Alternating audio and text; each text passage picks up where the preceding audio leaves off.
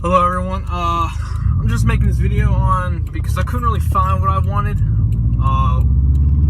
opinion wise on a Subaru WRX. I was doing like a full week of research on them, why I would want to get one, why I shouldn't, and I couldn't really find something. I really couldn't find a video on someone's opinion about owning one, and I guess I'm making mine just to provide a little help for everyone that was looking for another car or a new car. But my Subaru is a 09 WRX. It has a Indivior, let's see, downpipe, yeah, probably turbo back Indivior catted into Cobb cold air intake, and the BC coilovers. Never heard that one, but it rides pretty stiff, but good stiff. Lets you feel the road without breaking your back. The car is a little bit lowered and everything, so I think it's very good. It's very good setup right now, and I gotta say I'm pretty happy with my purchase. There was a couple cars that were on my list I wanted. One of them was an FRS, which the only thing that got me not buying one was kind of the price for what you're getting. I mean, you're getting a small car with pretty much no back seat and a little trunking. I mean, I don't need enough for 5 suitcases, but it was kind of small, you know. But I guess for a high schooler, maybe it would be nice. But for the most part, it just didn't have enough horsepower, and it just was not enough for what I was paying for it, or what you could be paying for it. Another one was like the Mazda Speed 3 or Speed 6s.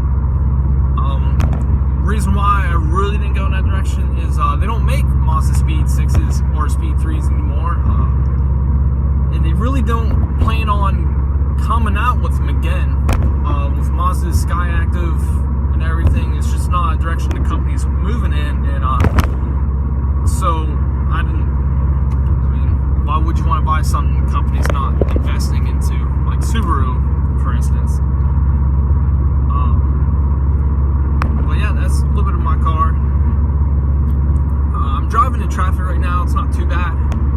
And clutch-wise, the clutch is pretty easy, and it's not stiff. It's pretty.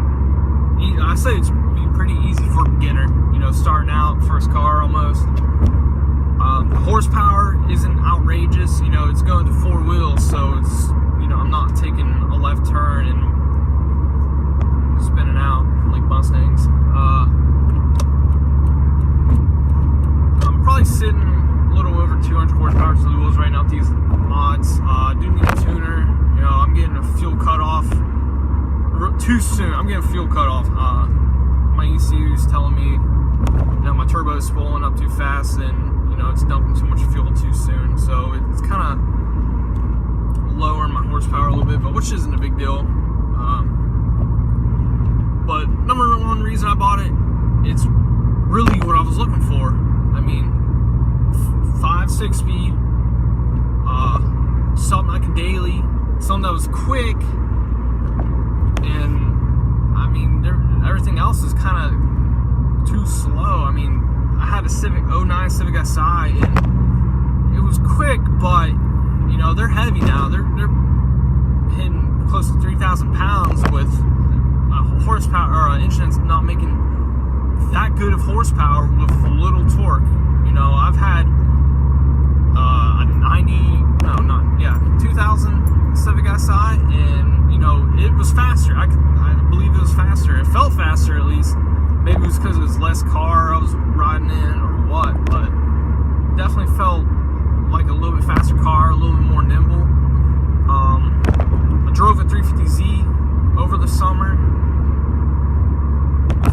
and I gotta say, it was, I mean, probably a little bit quicker. I mean, it does produce a little bit more horsepower, but once again, it's 2 doors, only 2 seats.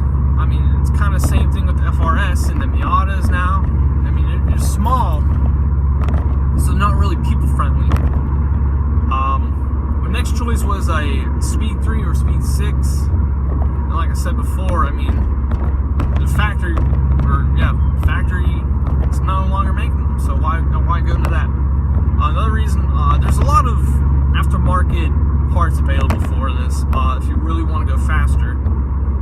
Right now, my brother is starting to build his, and he's probably going for a conservative 300 to the wheels in his Legacy GT. And I mean, that's just something for me. I mean, I would want to do. You know, it's not too crazy, not too far out of the ballpark. Another reason is I got a lot of room. You know, I was kind of iffy on a 4-door, but you know, driving it, you know, I really like it. You know, if you really need to drive around and you have a couple friends with you, I mean, it's pretty comfy. The back seat's pretty roomy, and it doesn't really feel like a big car. You know, driving it, everything, like the suspension and the engine makes it like a smaller car. You know, it handles pretty good. It's decently quick, and it's probably not the fastest thing on the road, but it's definitely it's there. You know, reasons why you probably shouldn't buy it. It's a standard. They only come in standards, so if you want something like this, you better learn. I mean, it's pretty easy, really. If you ever rode, you know, dirt bike 4-wheelers, I mean, it's clutch, you know. Another reason is probably premium fuel. Yeah, it's more expensive, but you know, it's a pain in the ass. I mean, I'm from Pennsylvania, and that shit ain't cheap. You know, coming down here in the South, it's a little bit cheaper, but not that much. I paid, I think, a little over $3 here the other day. So, I mean, it's a pain in the ass to buy premium gas. Another reason is not a lot of people have, you know, WRXs. I mean, it's kind of different, you know. Yeah, you know, they've been around for over a decade now. So, I mean, but it's not too common. And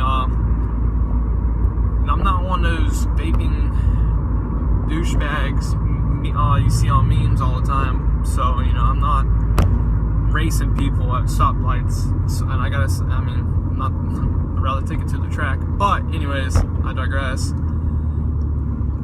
It's cheaper than the STI. Like I said, mine's an 09, and it's, I think, less or right about 30 horsepower less than an STI.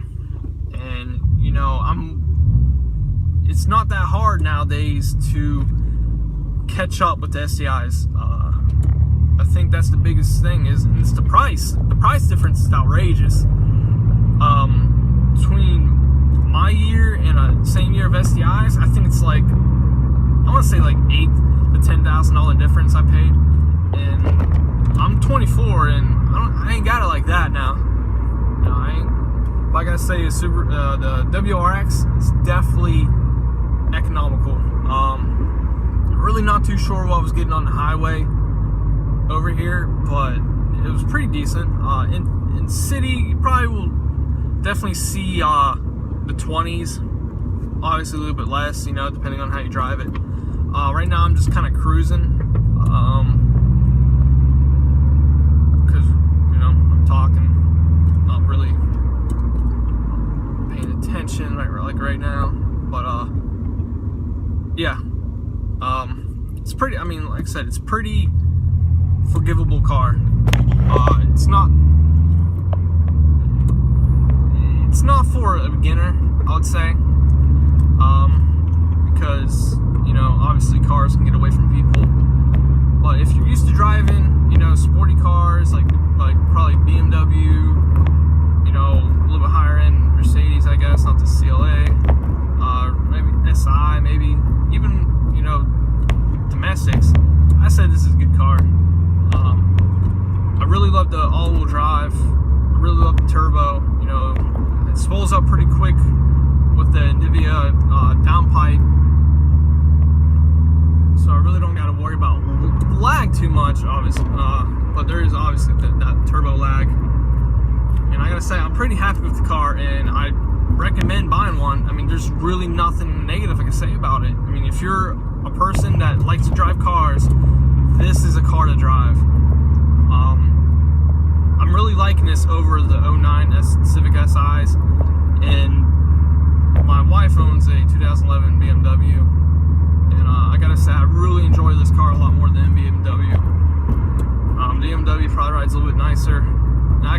tell you right now, it rides nicer. But, you know, it's not really something you can really drive. I mean, yeah, you're driving, but, you know, you get the bells and whistles, you got all the chimes, and you got all the monitoring systems, and like one of the coil packs went out on it, and you know, it just sent the car and all kinds of haze. It cost me almost a little over $500 to get everything reset, computerized. BMW place was going to charge me over $2,000 to replace coil packs, which I did that in less than an hour with $300 probably, you know. But I'm really interested on how far this car goes. I'll probably send out another video, probably a lot better one, where I'm not, you know, talking over myself, and where I have a water bottle keeping me hydrated. But yeah, thank you for watching. I know it's a long video, and I hope it's been a little bit insightful. I know I'm not really breaking it down too much. I'll probably post another video on all what I got and do a little walk around on the car. And yeah, thank you.